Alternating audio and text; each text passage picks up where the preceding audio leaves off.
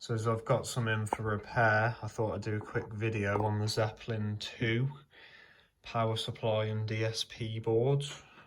Bear in mind there's no schematics for these, so if I get stuff wrong, don't hesitate to correct me if you know more about these boards than I do. But this is the power supply and DSP at the Zeppelin Generation 2, the Zeppelin Air. And as you can see, I've taken off all the capacitors, pretty much all of them. I've got to reheat these up because the solder on this power supply board is really hard to get desoldered. Now this pad is ripped, but I didn't actually do that. That was like that from factory, believe it or not. You do get some of these boards that are botched up from factory with ripped pads and jumpers running across them. So if you do get that, don't think it's a prior repair attempt. It's actually how some of these are shipped from the factory. So I don't know what happened. I think they put these caps on, these ones that go there, and then they changed the value like halfway through or something, because some of them are really rough. But on these power supplies you need to recap the entire board, because if you don't, it's going to kill the DSP board, which is what's happened here. So what I do whenever I get a Zeppelin 2 is I check out these amplifier chips, these little MOSFETs, IGBTs I think, I'm not too sure. You want to check the little gate drive resistors for them and make sure that you don't have any that are visibly blown, because if you do, that means that you've got a short circuit on the amplifier board. So I'm just going to see if you guys pick up on anything. Now there are components on the back side as well. It's an NPNP, isn't it, obviously, so I guess on one side you're positive and one side you're negative for each channel. So let's focus that, come on.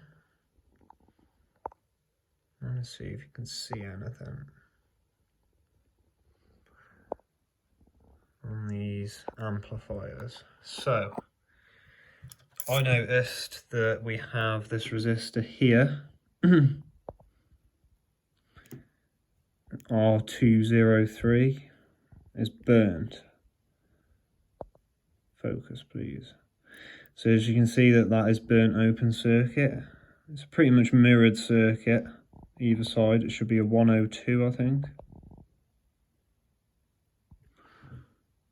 These are pretty small, yeah, 102. So that is a blown open circuit, and this one is damaged by the looks of it as well, this R100. So Q25 is likely shorted. So we're going to have to test that, take it out of circuit and see what happens. But when that happens as well, you can also have the DSP fail. And I've only had the DSPs fail when you get a dodgy reading on these chips here and on these ceramic caps underneath. And these chips will both get really hot if they have a short across them. And I've taken the chips out of circuit and yeah, the short is gone. I've then transplanted 2 other chips to the board, and they must be programmed in somehow because the board never worked afterwards. So, but I put them back on the other board that was working, and that one still lived. So I've had it when the DSPs fail, you get these little filters over here, they go brown and open circuit. So I'm going to test all these, they should be shorted across them. And we're just going to check for any short circuits across any of the caps on these ICs. These are just some analog buffers. These don't normally fail. but these guys on the top I've also seen short out as well, so we're going to test them. Actually, let's do it on camera. Let's see if we can do it on camera, because it's obviously better to show rather than just talk. So it's the DSP. We're going to use the meter, put it in continuity mode. So, and I'm also going to show you the caps as well, because they're all faulty. This is a stupid idea, doing this on a rug or blanket or whatever. So obviously there's a short, you're going to see the beep. So we're going to test the DSP. All we're going to do is check Q25 short circuit, and that'll be in ohms, that will as well. So you should get a diode reading across these to pin 1, which is the VCC pin, and we're not getting a diode reading, we're getting 147 ohms either way, so that's going to be shorted, and obviously this resistor should be 10 ohms, I believe. That's open circuit, as you see. We test that one, we get a dead short, so I'm going to check VCC to the output, open circuit. We should get a diode reading this way. We should, he says. There you go. So that one's good. That one's good. Don't forget it's mirrored, so it'll swap to the other way. That one's good. That one's good. That one's good. So looks just like at the minute we have a short on this one, which is Q25, and this one is the one that normally seems to go. So we're going to check its opposite transistor, MOSFET, whatever. I'm going to check that in the same way. So the little VCC pin is marked with a white dot on the silk screen. So there you go, diode reading, that's good. Good. Good. That's wrong pen.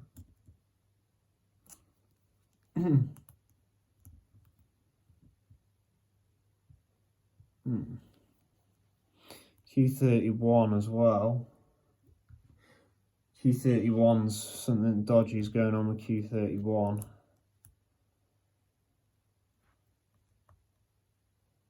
I'm measuring that wrong. Let me just confirm that. So we should get a diode reading across that. I'm just going to have to double check that against another board.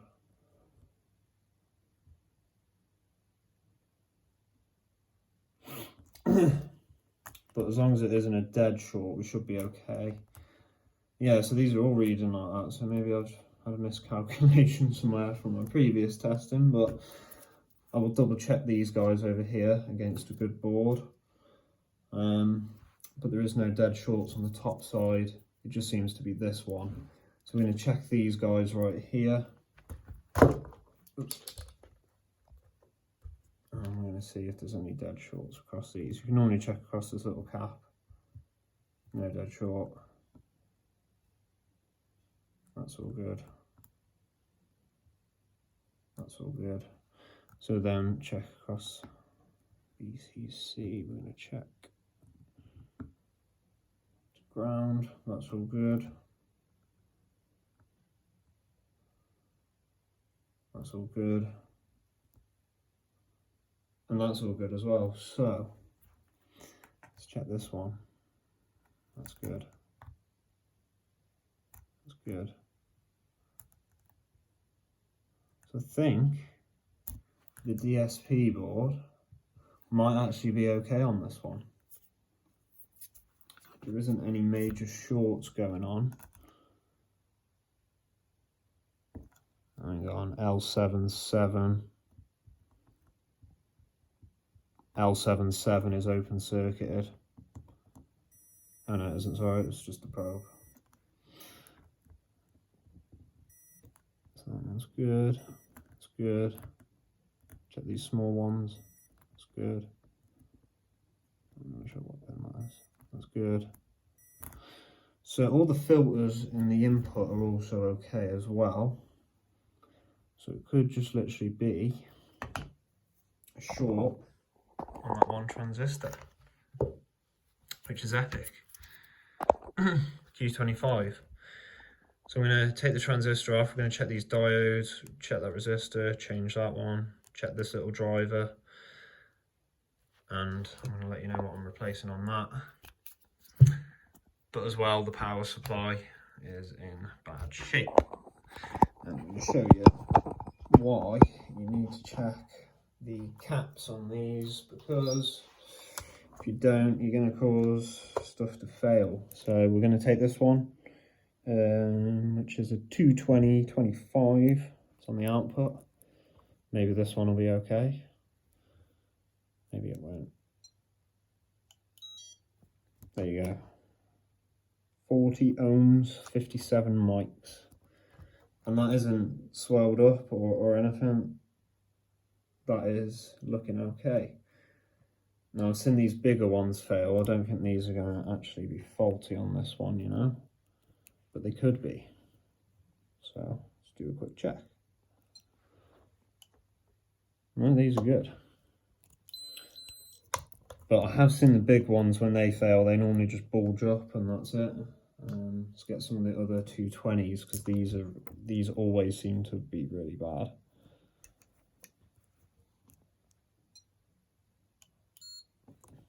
.6 ohms, 75 mics.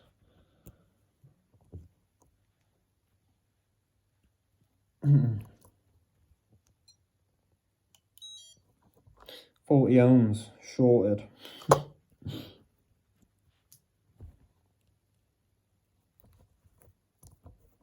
That's acting like a resistor, that one is. Again, 40 ohms. So they're all knackered, aren't they?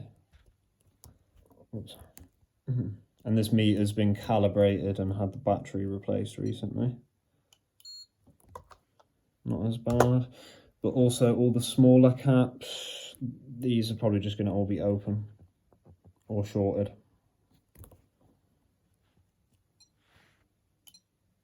Open. Open. Totally open that one was. So these can cause the power supplies to blow up on this unit. 40 ohms shorted. So they're basically all failed. Okay, that one isn't too bad. 22 mic. It's probably the one by the main filter caps, the area that doesn't get too hot. That one there, little 22. That's 150, I think that's a 22 as well. 116. This is 116, I'm pretty certain. That is a 2250, yeah.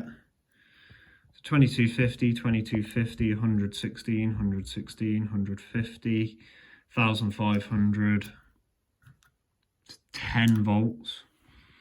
2 116s, 2 more 116s, and these are all 220/25s. And there's no other of them shitty little Y capacitors to replace either. But this power supply, if you run it for too long with bad caps, and there's no heat sinks going on either. How poor of an attempt is that for a £700 device? You don't get heat sinks on your power supply devices, bearing in mind how hot this gets.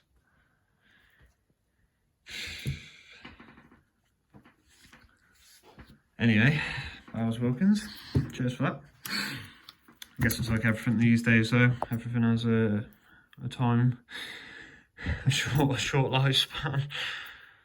And oh yeah, as well, Bowers Wilkins realised in the A7, these get really hot and fail, so we'll add a heatsink, but in the Zeppelin there's not enough room, so let's not add a heatsink to it. So it really is great.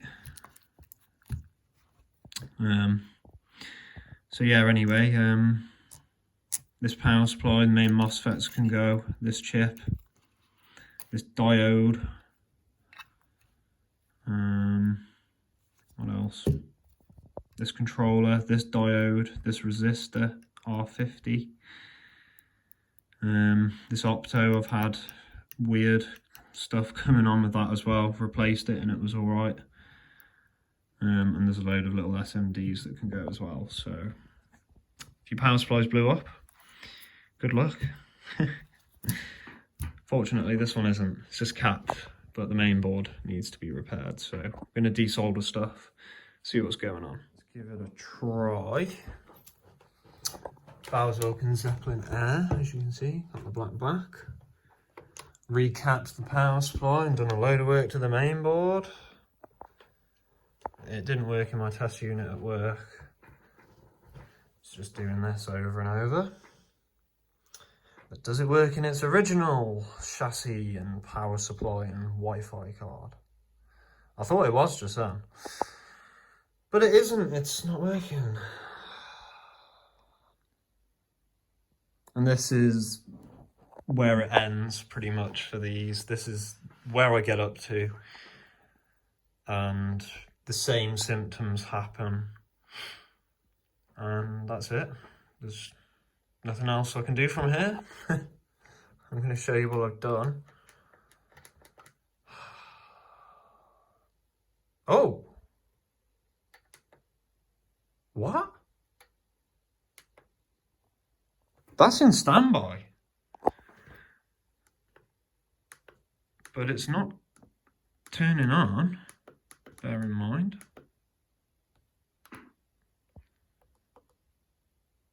Yo! Okay, let me get my aux lead and remote real quick. So I think that it was just a false flag. It's not going to boot up. It's not going to play any audio.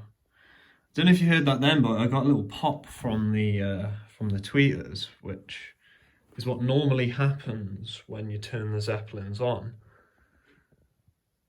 But after that, it flashes the LED for normally the amount of time that they normally do, the Zeppelin Air, when it's trying to connect to the internet, when it's trying to connect to a Wi-Fi, but after that it goes to the solid LED and doesn't do anything else. And I know my other power supply was working because I had a DSP board for that one and it powered it fine. So yeah, that's it. I'll take it apart, show you what I've done. And there's not really much else I can do. I've asked Bowers and Wilkins for a schematic. I'm not sure they're going to give me that though, obviously, because it's protected data. It's, you know, their engineering that they've invested a whole load of money into. So if they say no, well, what else can you say? That's fair enough to them. But it really is a shame because I've got about 30 of these things at work and we can't repair them. The other engineers have tried all their stuff on them, and I've tried a load of stuff, and there just has to be a limit where you just have to say, we can't repair this device. I don't know whether there's some sort of programming in the DSP flash to permanently disable the device if there's a short detected on any of the outputs, because all of the outputs, they run through these analog switches that are all controlled by the DSP. So I'm not sure if there's some sort of feedback from that that will lock the system out permanently if there's a short detected, but we've never had any luck repairing these, and some of the other guys that I work with are really good techs, and you know, I'm pretty good with stuff myself, and you just have to say, right, that's it, no more time. I'll tell you what I've done, I'll show you what I've done.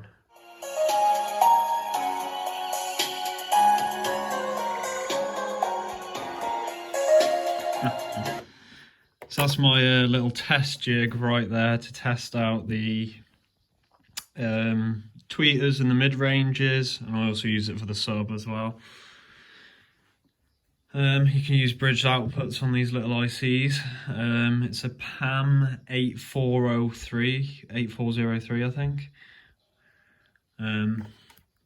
But I'll just use that to just confirm that the outputs aren't, the drivers aren't shorted out or anything, because I've had it before where a Zeppelin, the tweeter cone was crushed in and it had shorted out the coil somehow, so. But the drivers are fine in this. Here's just a look at some of the botchery that's gone on the DSP board. Basically, you have to give up at a certain point. We sat there scoping out the outputs from the DSPs to the control pins of these little analog switches, and something goes on the DSP chips, and these three all get warm, and so do these switches here. Now you notice that I actually replaced this one because I tested on the VDD pin to the VSS that there was 700 ohms each way on this IC. So I decided to replace this one, to no joy. You'll notice that I've also replaced a load of capacitors on the top here. These little surface mount ones, they were all pretty much open circuit. PSR tested them and they're all faulty. This 47 one was 20 ohms across it. So I've replaced all those just to see if that had any impact. The rest of them test okay. You can actually see that I've took these off the circuit. These are for the subwoofer. These both test okay. This cap tests okay. I've replaced this MOSFET. If you can sort of really tell with the resistor being slightly off. Obviously, because my soldering's pretty perfect. Yeah, I've replaced that resistor, check these diodes, they're both in the correct positions, because I accidentally knocked them off the board. This one's okay. The weird resistance readings, or the weird voltage drops on these went after I replaced that, so they must have been connected somehow. You'll notice that the corner of this coil is missing, but it is actually okay still. I've tested all these inductors, tested all the small ones, tested pretty much every small SMD part in this area. Nothing else is faulty. Checked all these, checked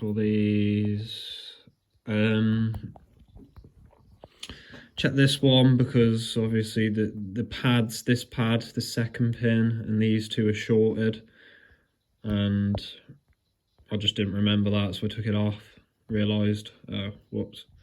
Put it back on, all these are good. We're getting voltages out of these little regulators on the top as well. This is a couple. This little package seems to be working okay. There's no shorts, no lot of hot spots around it. And that's pretty much where it ends. Obviously I had a bit of a dodgy ohms on that one. Replaced it, didn't change anything, so. What else can you do other than assume that these chips are, because they connect up to the control pins. I need a schematic for this because I need to work out how these are actually connected up to the amps, because I can't seem to work it out in my own head. It would be nice to have a drawing to be able to just go, right, that connects up to here, that one connects up to this one connects up to here, then it goes to there, and then it goes to there. It just give me a bit better of an idea of where to go for fault finding, because you're going to end up wasting your whole life trying to figure it out. But either way, it's got to be something to do with these DSPs, because they all get warm. Not excessively warm, about 34 degrees. And that's it. There's nothing else that you can do. Nothing else shorted, nothing else wrong. You replace all the bag caps and still nothing, so yeah, that's the end. If you get a Zeppelin Air with a flashing red LED, you might get away with a power supply repair. Either way, you need to repair the power supply first. But if you have a shorted output,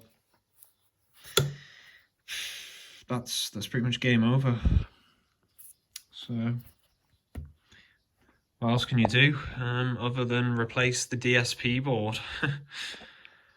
You can get pretty small little boards that have like a subwoofer, and then you can get a crossover, because on the Zeppelin Air there isn't a crossover on these. It's built into the board, obviously. So you can get little amp boards, little Class Ds that will drive these two crossed over and a sub. Your left and right and a sub, and you should be laughing, you know. Good set of speakers at least, diamond tweeters and everything, but that sort of defeats the entire purpose of the device, because you want it to be working with the boards it comes with. So yeah, it's a bit sad really, because I've got quite a few of these at work and there's nothing else we can do with them. So I've checked these Wi-Fi cards. There's a load of glue that goes burnt up on them, but there's nothing dodgy on these. The symptoms don't change if you have it connected or disconnected, so don't worry about these. Did I show you the power supply? This is the power supply. Bit of botchery going on, but what can you do? Let's get it out.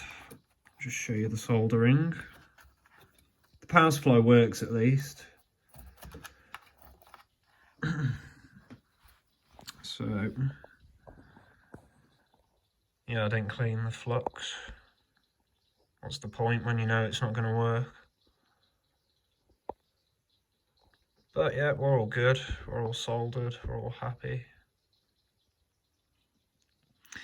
So power supply is fine at least now. It's a shame it didn't fix it. So that was Wilkins Zeppelin Air. Repair attempt, failure. Good luck if you get one.